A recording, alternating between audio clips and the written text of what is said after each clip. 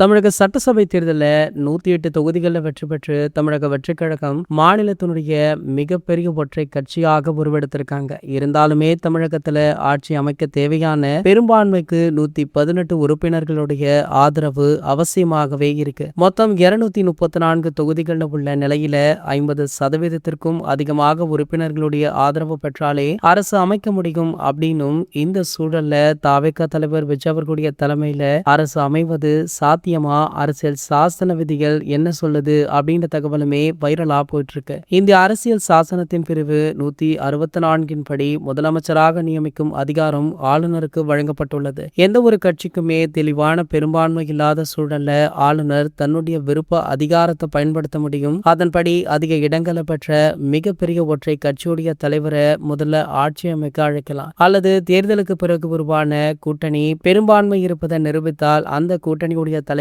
அழைக்க முடியும். சோ இப்படி சட்டங்கள் சொல்வதால ஆளுநர் ஏன் தளபதி விஜய் அவர்களை ஆட்சி அமைக்க அழைக்கவில்லை அப்படின்னு பல கேள்விகளுமே எழுந்துட்டு இருக்கு.